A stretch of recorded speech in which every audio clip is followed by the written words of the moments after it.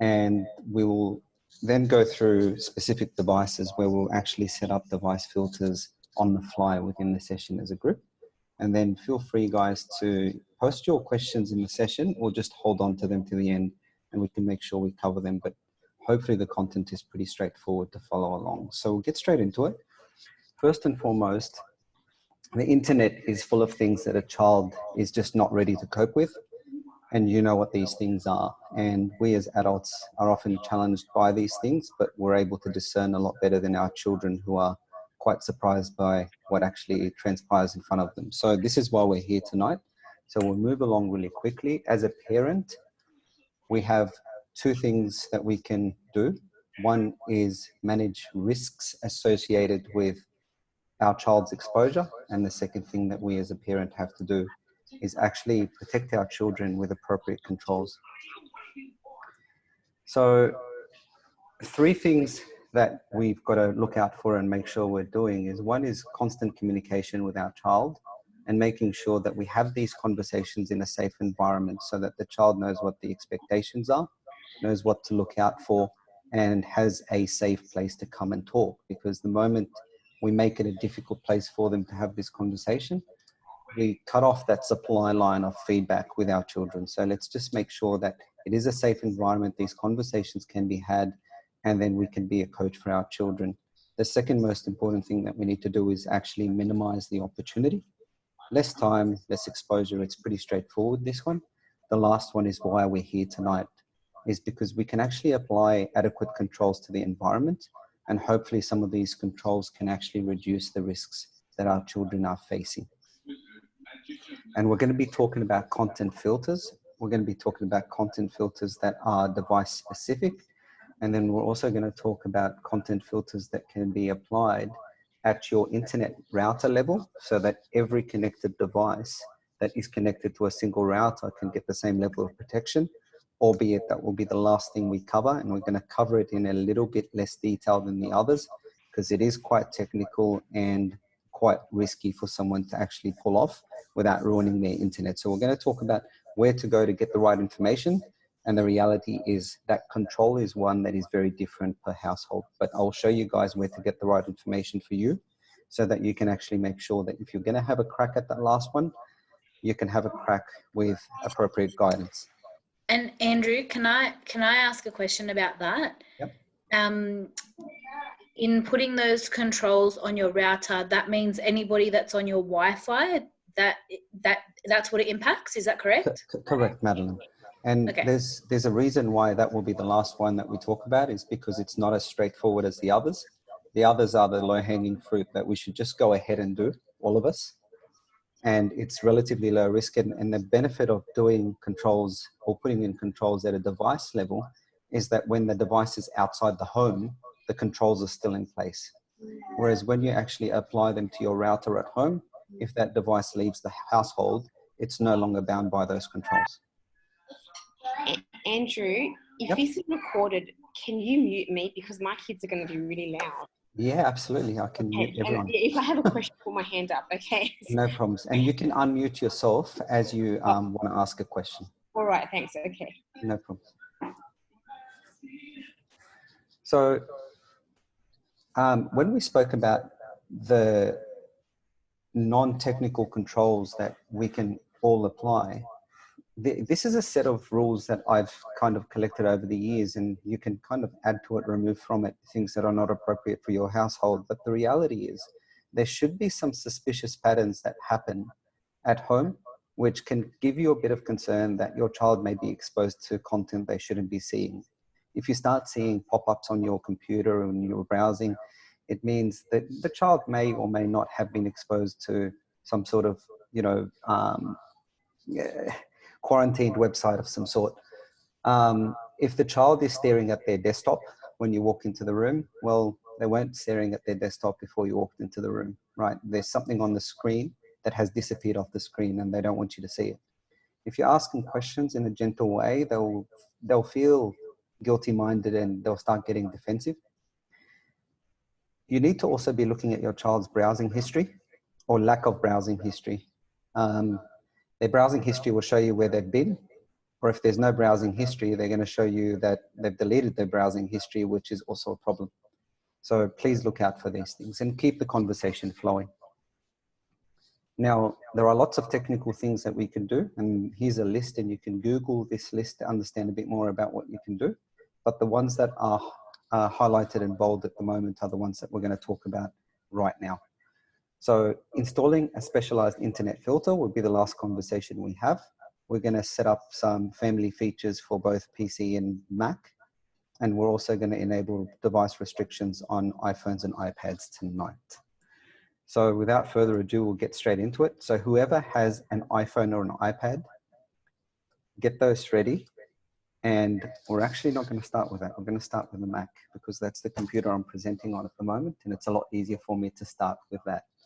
So if you guys don't mind, for anyone who's got a MacBook, just please get your computer in front of you and be ready to follow the instructions. And then if someone can kind of give me a bit of a, yes, we're ready to go, Andrew, I might just give it 20 seconds or so for anyone who's got a MacBook to have their MacBook ready so we can start going through how to set up controls within the MacBook environment. The latest update of their software has actually made it very easy to do this, and it's quite intuitive. So please try to follow along and try to make the changes. If you don't make all your changes now, you're welcome to do them later at a time that's appropriate for you. So we'll get straight into it, guys. The first thing that you need to do is go to your computer's system preference section on your MacBook. And then you'll find an icon on the MacBook called Screen Time. Please find that icon called Screen Time in your system preferences and open it up, please. You'll get access to this console, which you'll be able to see in front of you, that gives you a whole heap of statistics around device usage, time of day, on what kind of websites. Is it productivity related, so work related? Is it social networking? Is it entertainment?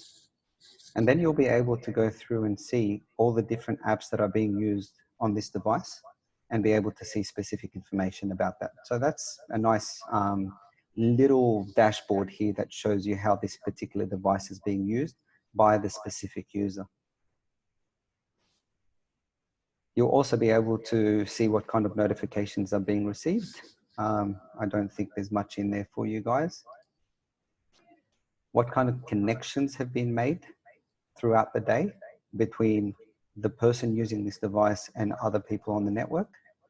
And this is where things get really, really interesting. This is where you as an adult now can actually take control of when this device can actually be used, what can it be used to do, and how can it be used by your child.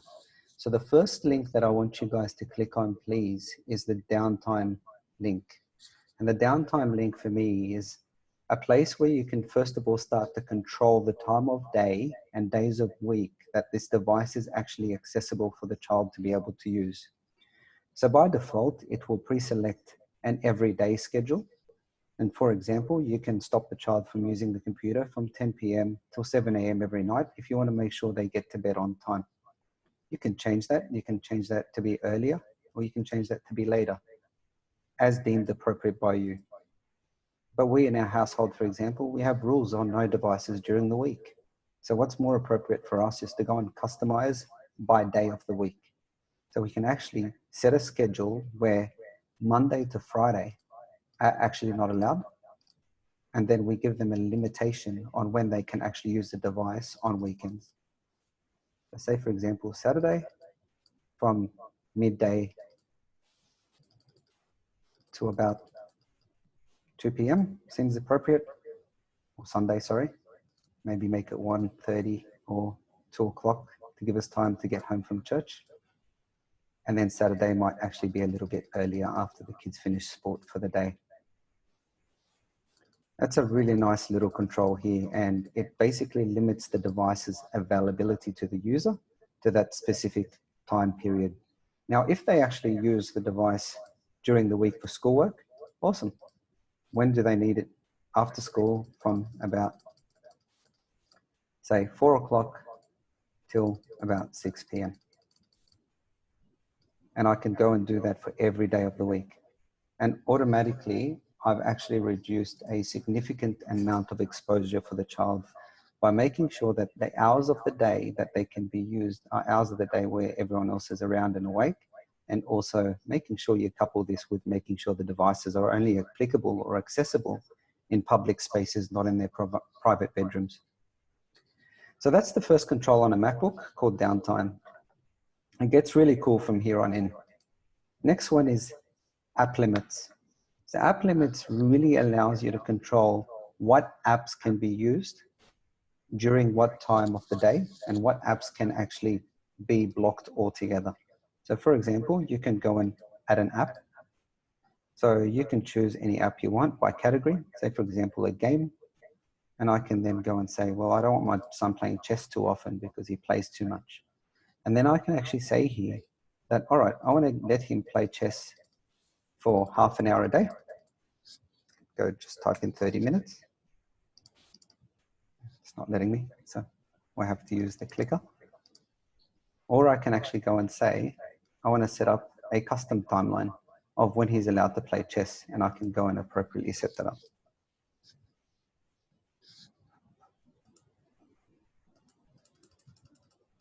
Right, 50 minutes a day, just for the sake of the example. Andrew, I can't find the screen time icon. So you've gone to your system preference? Yeah. I've gone to system preference. Yep. And I've got general, desktop, screensaver, dock, mission control, language, etc. But I can't find. It should be in between accessibility and extensions. I found extensions. Yeah. Have you tried to do a search for it, Heidi? No, I haven't. Okay. Okay. Try to do a search for it. If not, we can chat offline to see what version of Mac OS you're on and to see if you need to do a system update first. So we can have that conversation offline after we're done. Okay, I don't. Yeah, maybe I need to upgrade the system. Yeah, No okay. problems. All right, That's okay. fine. Okay. So that's one example. The second example is, say for example, you want to talk about websites, because let's be honest, this is where most of your problems are going to occur. We're still in the app limits section and we've gone and clicked on the ad and we've gone down to websites. And then it basically brings up a whole heap of websites that I personally use. So we can go and say, I ordered cake for my wife's birthday the other day. And you can go and select this website here, Pure Gelato. And then you can say, limit the amount of time spent on this website. Now, let's be honest, we're talking about your Facebooks and your Twitters and your TikToks and Snapchats and all the sites that your children can get caught up in, and all the websites that things can be posted about them on there. And this is where a lot of the cyberbullying occurs. So just look out for, first of all, if you can avoid them being on those websites altogether, awesome.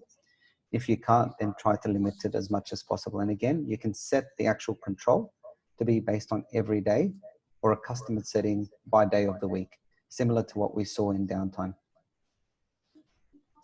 And then you can do this for websites. You can do this for applications that actually sit on the actual device itself, whether it's podcasts, Apple TV, Apple Music, whatever it may be. You've got full control over what you can do here from controlling the amount of utilization.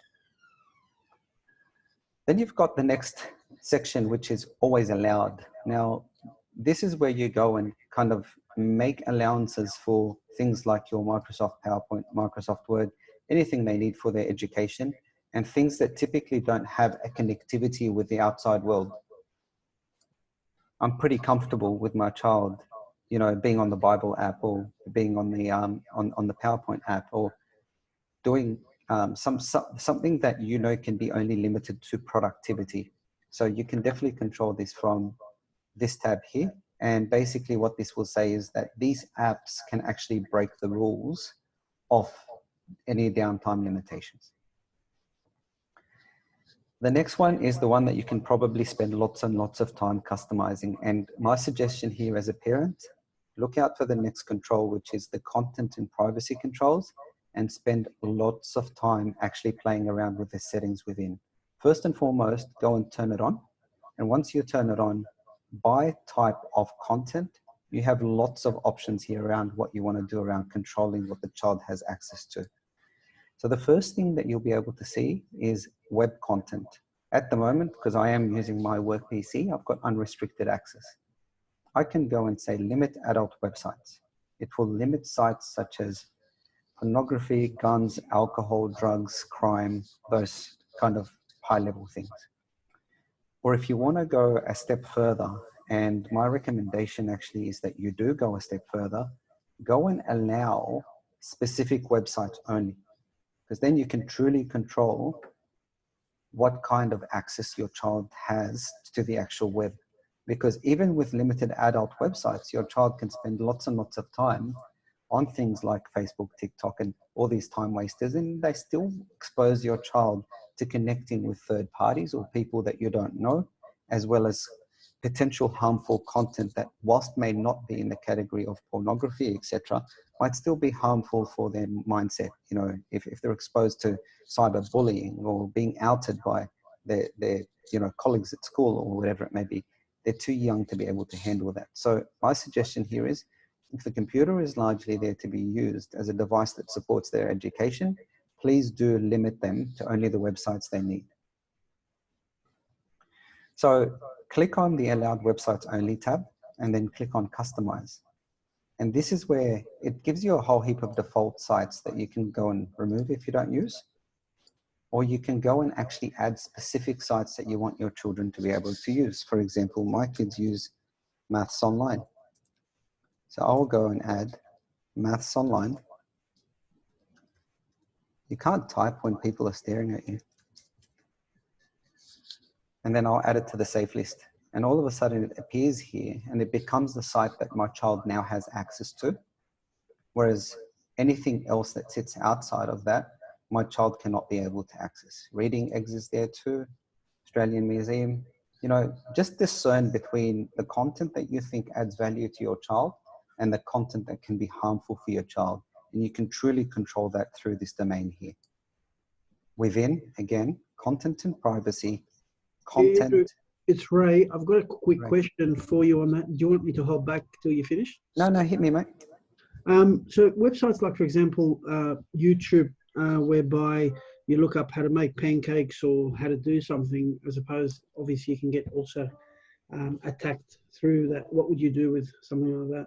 Yeah, you can set up a specific profile for your child on YouTube, Ray, and that profile can limit what they can actually access to that. So I'm happy to sort of share that with you guys via Mimi's broadcast messaging after this. I'll do a quick video on how to actually set up that profile. Beautiful. Thanks, Andrew. No problems. Andrew? Hi. May I just ask, is this for the people who have Apple computers, not Windows, or? Yeah, so we're doing Apple first, and we'll be doing Windows in about 10 to 15 minutes. Sounds very good. Thank you. Because I have no idea how to use Apple. This one. No problems at all. Thank you. Thanks. Bye. So that's basically controlling what content your child has access to. Now, in terms of being able to have conversations with a speech recognition platform like Siri. You can also filter things out like explicit language. And then you can also control whether or not you want your child to have access to things like being able to do a web search via Siri as well.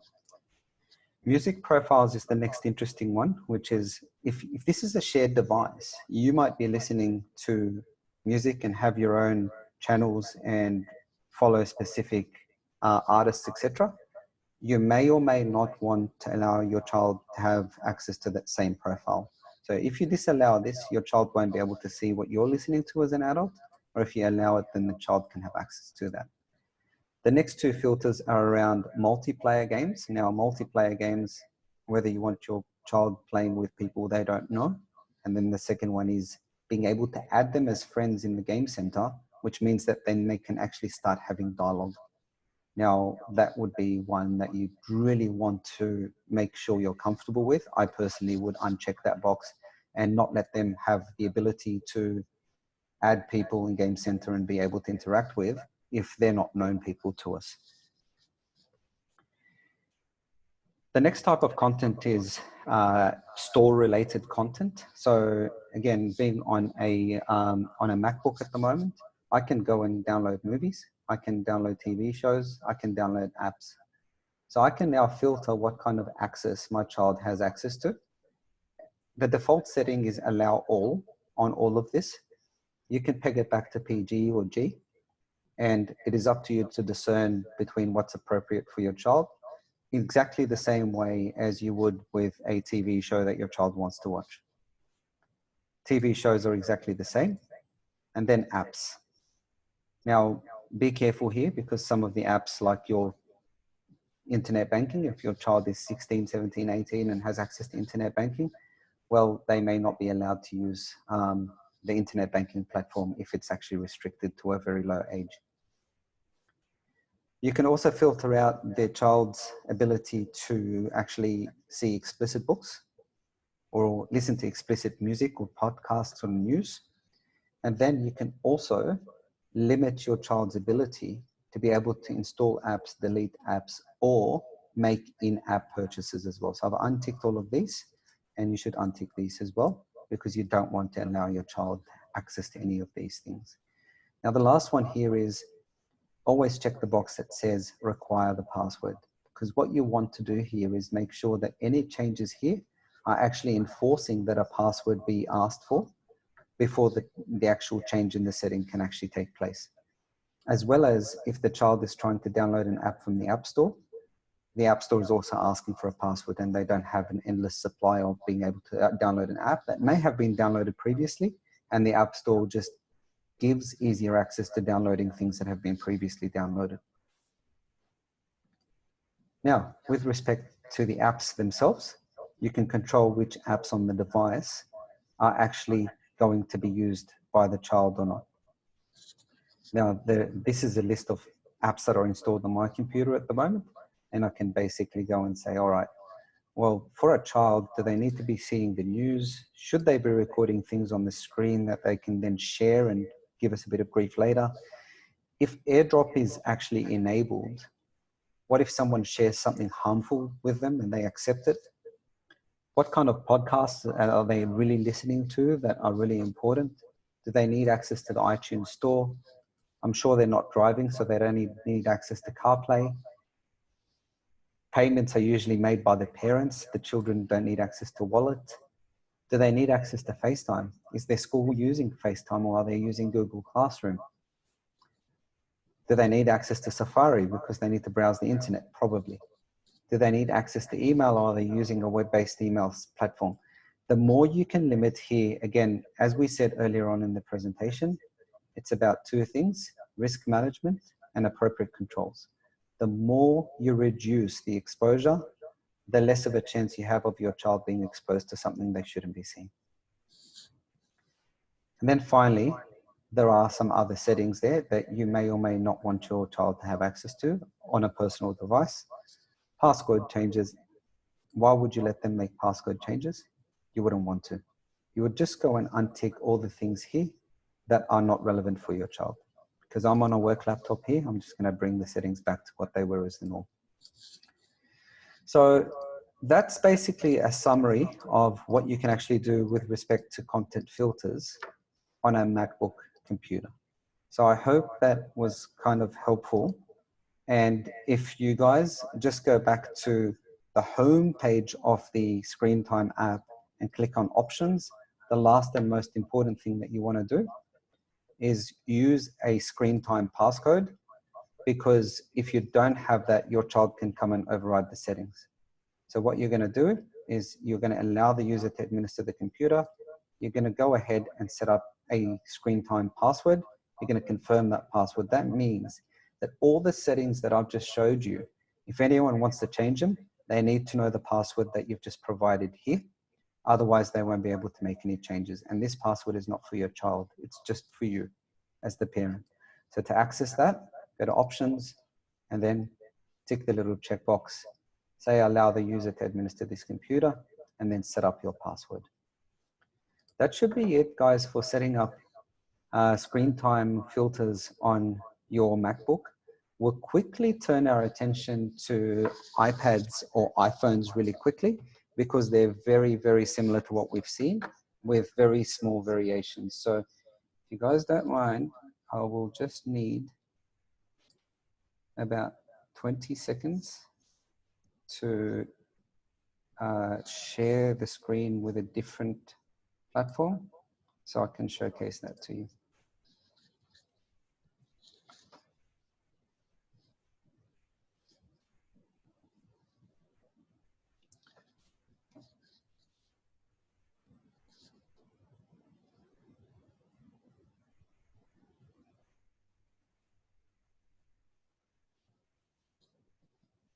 Okay. So I am now on an iPad. So for anyone who's got an iPad or an iPhone, please get ready, because we're now going to be going through how to set up content filters on an iPad or an iPhone.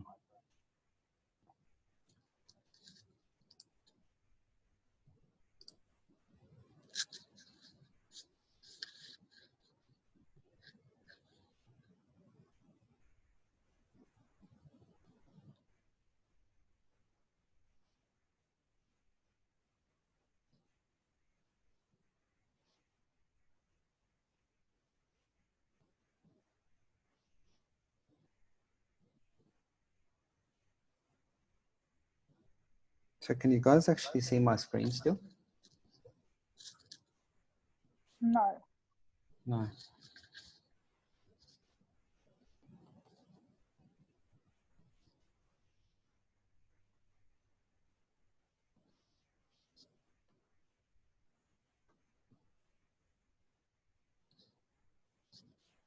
Sorry, won't be a second.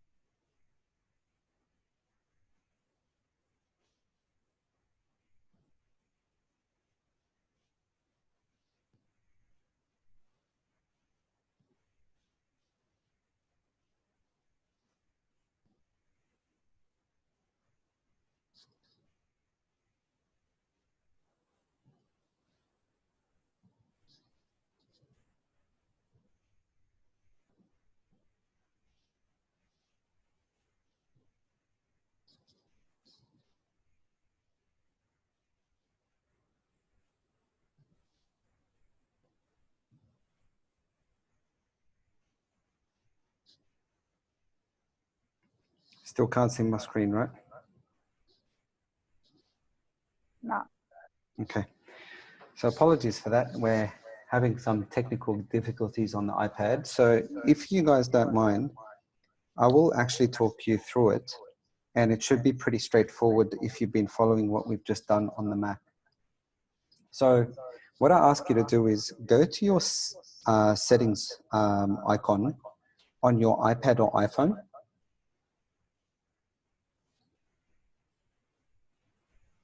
And once you're in your settings, scroll down to where you see screen time. It should be just straight after the do not disturb sounds and notifications section. Can you guys give me a nod or a wave if it's findable? Yeah. Now, similar to what we saw on the Mac, you've got your dashboard that shows you activity. And then you've got the 5 options underneath that give you the option to set controls on downtime, app limits, communication limits, which apps are always allowed, and content and privacy restrictions. So that should actually be pretty similar to what we've done with the actual MacBook. But if you want to tap into 2 of these settings, and we'll go through them in a bit more detail. First one is downtime. Then you'll be able to switch downtime on. And again, what you can do here is either make it every day of the week between a certain time range, or customize for specific days of the week. Downtime is very straightforward. The second one is app limits. And this is the one that I'd say focus a little bit of effort on this one to make sure that the specific apps that your child can use as a privilege. So for example, we don't let our children play games during the week, but they can use the iPad for schoolwork. So if you say, for example, want to let them have access to a game on the weekend, turn the app limits on, then hit the add limit button, which actually is sitting right at the bottom of that page. And then choose the specific category that you want to set that limit for. So for example, games. And then you can choose the specific game within that category. Hit the next button. And then you'll be able to say how long on every day, or after making a selection of time, a little customized days button then appears. Tap on that, and then you can go and set up specific days of the weeks for which you can give them a certain range of usage. So if everyone's following that one, it should be pretty straightforward as well.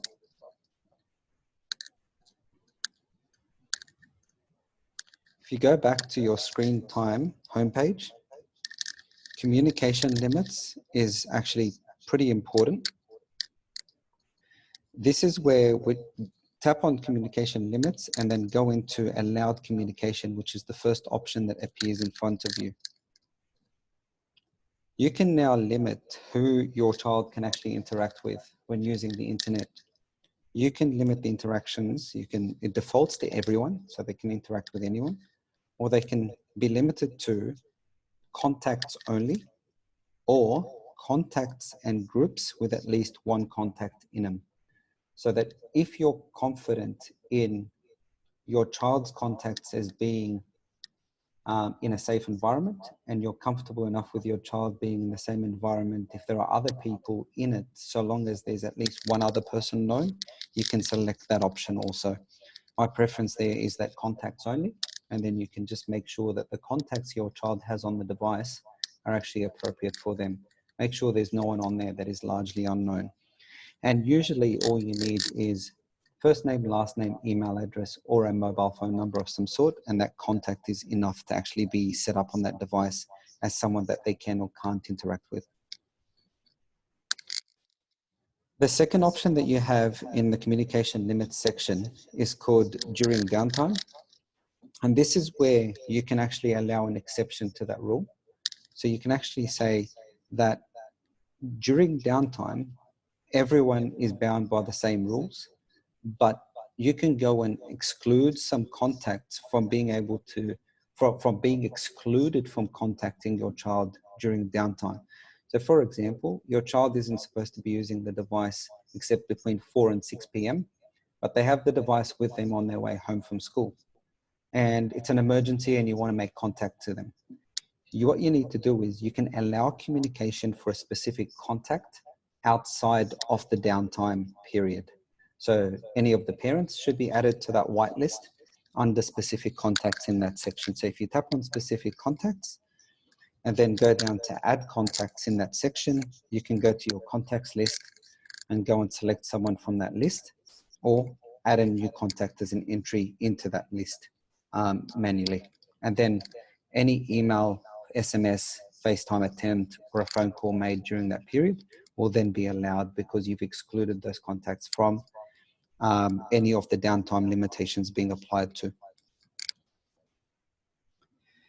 So that's basically communication limits. If we now just go, please, to the next section, which is always allowed. I might just skip over that one because they're basically the apps or websites that you want to allow your child to be able to use anytime. So that's pretty straightforward. The next one is where most of your filtration and blocking will happen, which is the content and privacy restrictions tab. So tap on that one and turn on content and privacy restrictions.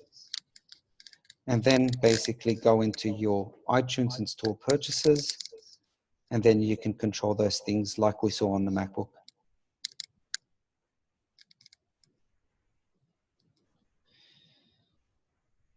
So we'll get out of that one and go down to the content restrictions tab. Spend your time in here. Like we did on the Mac, you've got the same restrictions. You can set what kind of movie, TV show ratings, what kind of books your children can have access to, what kind of music or apps they can look at as well and be able to download. And then web content. Spend as much time as you need on the web content section here, because this is again where you should be limiting adult content as a minimum. My recommendation to you is go to allowed websites only, and only allow them to access the websites that they actually need access to. Because again, the less they can do online, the less time they spend online, the less exposure they have, the lower is your risk. So again, remember guys, risk management and controls working hand in hand, all these things happen in an open environment. So I'm going to stop there because I want to spend a bit of time on non-Apple users and look at PC controls. So if anyone has any questions really quickly, before we turn our attention to using a PC, and I will do my best to make sure I can bring up the screen on the PC. Apologies, I couldn't show my screen on the iPad. I have no idea why that didn't work.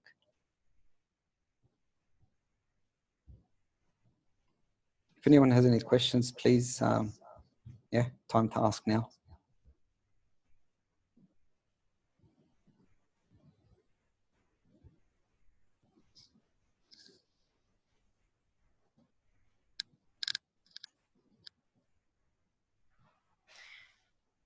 Andrew, there's a question that's come from the chat. Yep. Can we talk about restrictions in YouTube?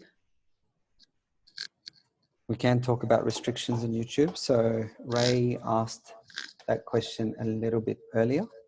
And what we said is we will show how you can actually create a YouTube profile that, that allows you to restrict what content is accessible on YouTube for a specific user. So we'll be able to share that with you guys via broadcast message after this session. So I'm happy to record that and share it with via Mimi after we finish this session. So please tell me if you can now see my screen again. Andrew? Yep. Can I ask a question? Yep. Is there a way to, say, on the iPad, block all apps except for one app I want my child to use? Yeah, there is. There is. So if you go back to your screen time app and Yep. go to app limits, Yes. and basically what you're doing is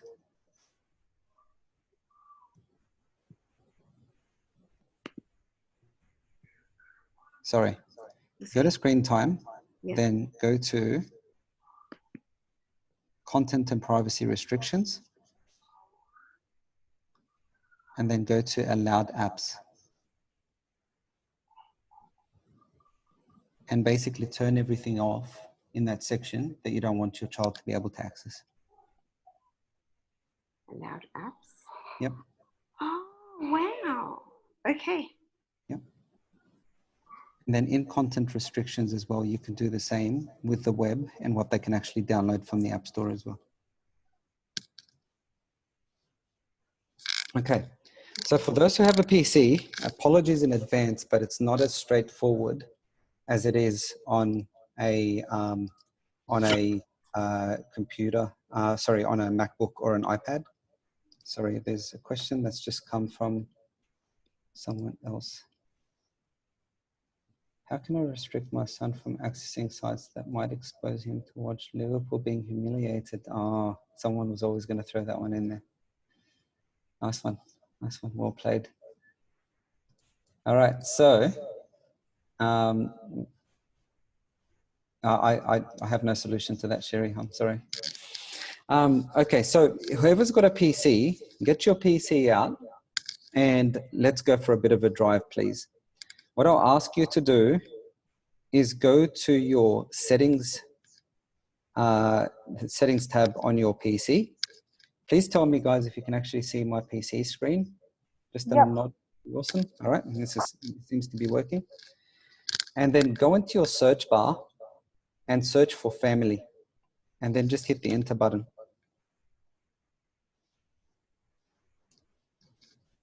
And then what you'll get is That family or family options? just type family. If you're on Windows 10. Yeah. And then hit on the first result that comes up. Again, family. And then go to add, edit, or remove users. This gets you into this section here, which you are able to customize the child profile if you've set up your child as a profile, or you can add a new family member. So for this exercise, I'm going to assume that no one set up a profile for their child, and I'm actually going to set up a profile for one of my children so you can actually see how it's done. So you click on add a family member.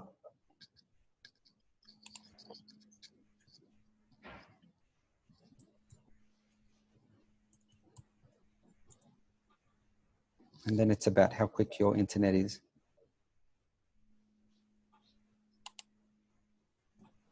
Okay, so we want to add a member.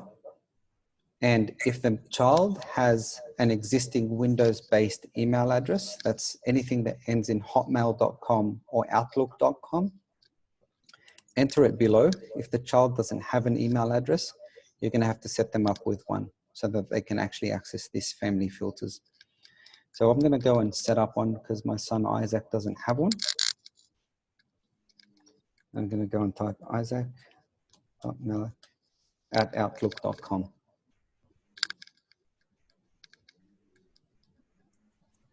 Now, I need to create a password for them. If he hasn't Hotmail email, what are we gonna do? You just enter the email. Don't set up a new profile. No, I mean if he doesn't have any email at Hotmail. Okay, then you follow what I did and actually set them up with a profile. So there was a link on the previous screen down the bottom that you should be able to set up a new email address for them. Can you still see it, or have you moved on from that page? I think I can go back. I have like sign in, but I can't see. Can you see the screen that I have in front of me? Yeah. Yep. If you've got the same screen, just select add a member.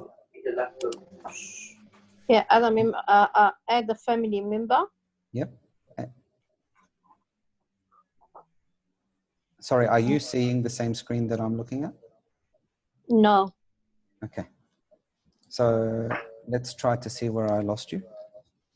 If you go back to your settings. Yep. Sorry, let me just get out of this. You've gone to family. Yep. And then you've gone to edit, or remove users. Give me 1 second. Yep.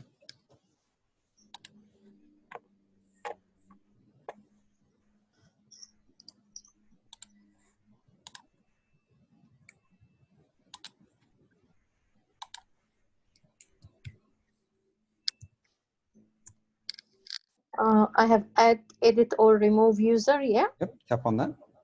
Yeah. Now, can you see the same thing I'm seeing? Yeah. Yep. So if you don't have a child added in there, just hit the button that says add a family member. Yeah.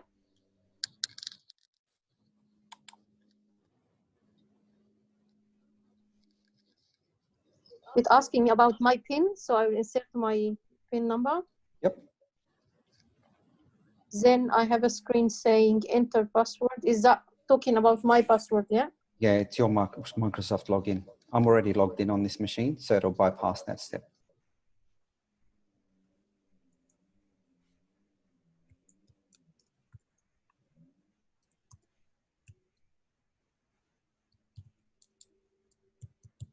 Let me know, please, when you get to the screen that I'm on, which is adding a new family member. Yeah, I got that. It says add a member or add an organizer. Yeah, so you go add a member. Yeah. And you said your child doesn't have an existing Hotmail address. Yeah. Go down to this little hyperlink that says create an email address for a child. Yeah.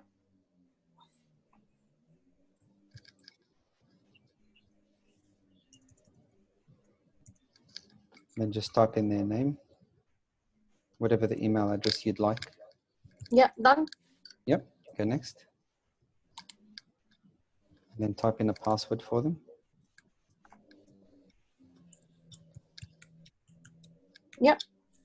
Untick that little checkbox unless you want their inbox filled with promotional material. No, done. Yep, and hit next. Put in their first name and last name. Yeah, done. Choose the country. Yep. Australia. Date of birth. I'm Yeah. going to use a made up one for now because I don't know who else is going to be seeing this video. Yeah. He's I'm not- done with that. He's not older than me, I can assure you that. I'm looking at my screen now with other screen. Yeah, it says good to go. So Yep. should I say close? Yeah. We'll get to it together. Yeah. Yep, good to go. Yeah. Close. Yeah. Now, the child should now be appearing in front of you back into your settings, like Yeah, it says- mine is. Yeah. Okay, now see this link here that says Manage Family Settings Online? Yes. Hit that. And it should open up in your internet browser. Yeah, it did. Yeah. Yep, sorry, your internet's faster than mine, so we'll,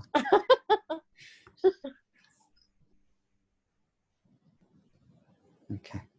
So once we're in here, are you logged in still under your account?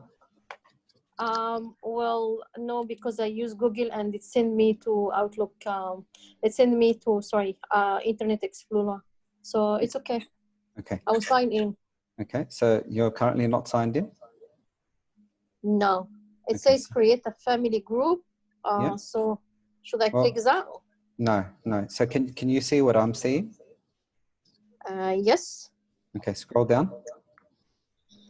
Have you got your Uh, family members appearing in front of you on that no. screen? No, I have, no, now I don't have it, this screen, sorry. Okay. So if you yourself don't have a Microsoft account, or do I you have a have. Microsoft account but you're not logged in? Yeah. Okay, could you please log in? Yeah, I'm Should be trying. able to log in using the login panel in the top right hand section of the screen. Yeah. And Yeah, once you've logged in, you should be able to see the screen that I'm seeing. It seems the password I changed. Hold on 1 second. 20. Yeah, I'm logged in now, I guess. Yes. Yep. If you can scroll down, please, and tell me if you're seeing your family members. Yeah, I do. Okay. So basically, once you get the family members, you can again see the dashboard of their activity. You can set up screen time. You can set up app and game limits. There are a whole heap of other options here that you can actually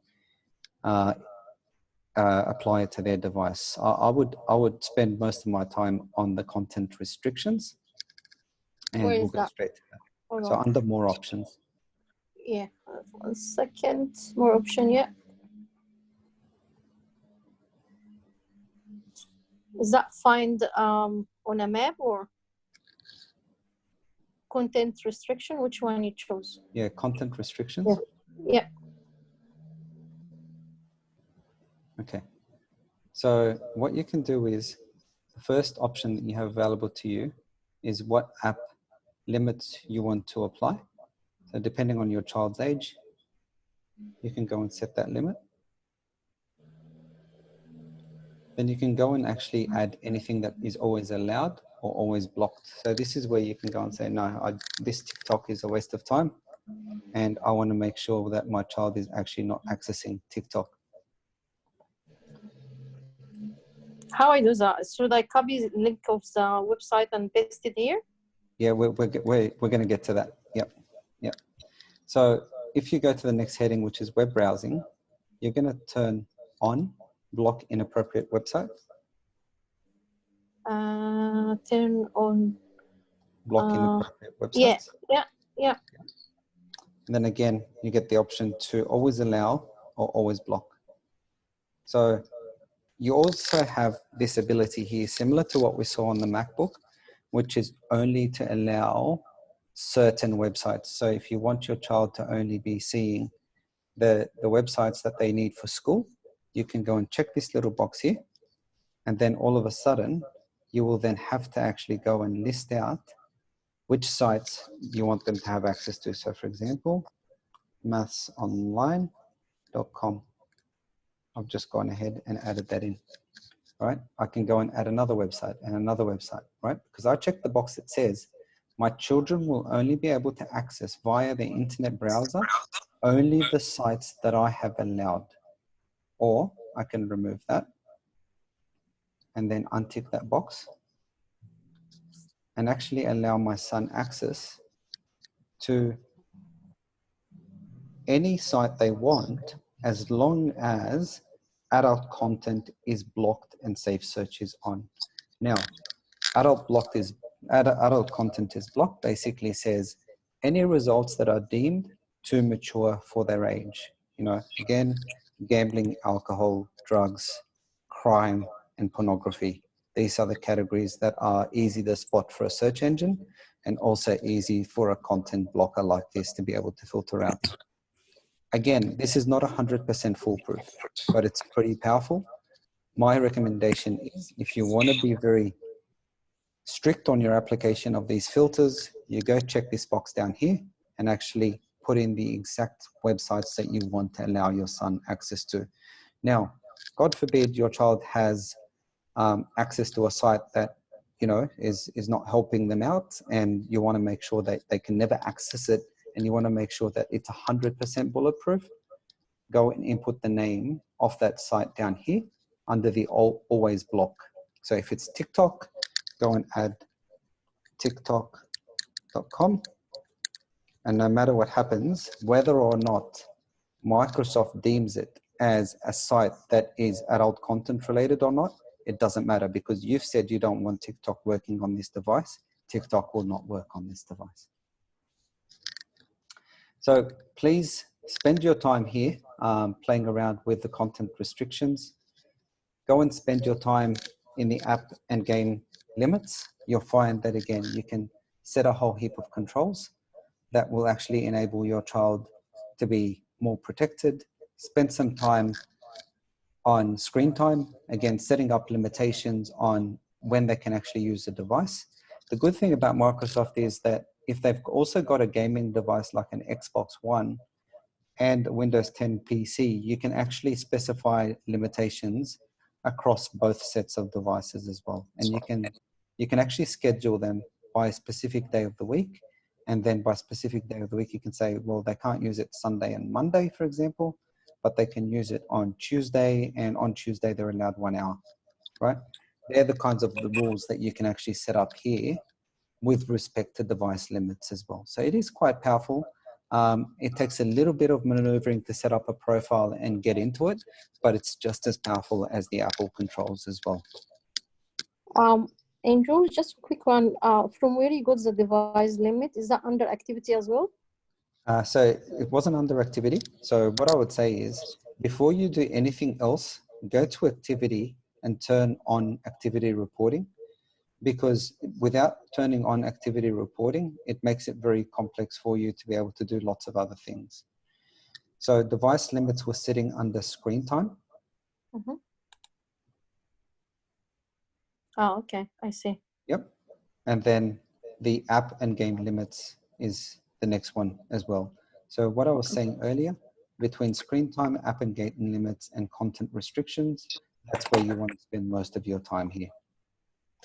One more thing is that restricting the computer, which is, or this is the user of the email. The specific user that you've just gone to set up, in this scenario, the child I just added, this one here. Okay, so I have to do that for all my tops and all my computers, is that right? Yes, correct. Okay, what if he is using, so this means he has to sign in the computer using this email? Correct. Because the whole idea is if he sign in using in different way, all that will not be applicable? Correct. So what you've got to So make sure. so how I make him my son to use the computer using this specific email? So should I go back and change the access of the computer itself? So once you actually try to lock out of your computer, if you hold Control Alt Delete Control Alt Delete, yeah. on your computer, Control.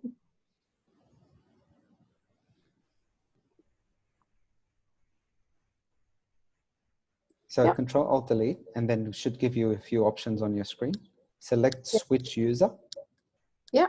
And then you'll be able to see the new profile that you've added for your new child on your home screen. And then you'll log back into the machine using that profile. Understand. Okay. Yep. Yep. Okay. And if they have access to the password that you use as the administrator on the device, change your password so that they can't actually log in as you. Oh, okay. I see. Yep. Thank you. No problems. So guys, that's basically just a quick rundown of how you add family filters on a PC. And we are kind of out of time. So I just wanted to know that, first of all, if you guys were comfortable with the content, and secondly, if there was any questions that you wanted to ask that I can answer really quickly. Otherwise, we're going to wrap it up, and we'll probably do more of these sessions later on to cater for other device types also. Can you just advise as well regarding the YouTube control, please? Yep. So with the YouTube control, well, what I'll do is I will set up a profile specific for my child on Google, and I'll go in there and set up appropriate controls in Google to limit what content he can see as a child. And I will then be able to share that as a video with you guys. But I haven't done that before, so I'll just do it offline, record it, and make sure it's shared out with you guys via Mimi in a broadcast message. Sounds very good. Thank you so much. No problems. Any other questions, guys? Otherwise, we'll probably wrap up. Thanks, Andrew. That was really good. Thanks, guys. God bless you.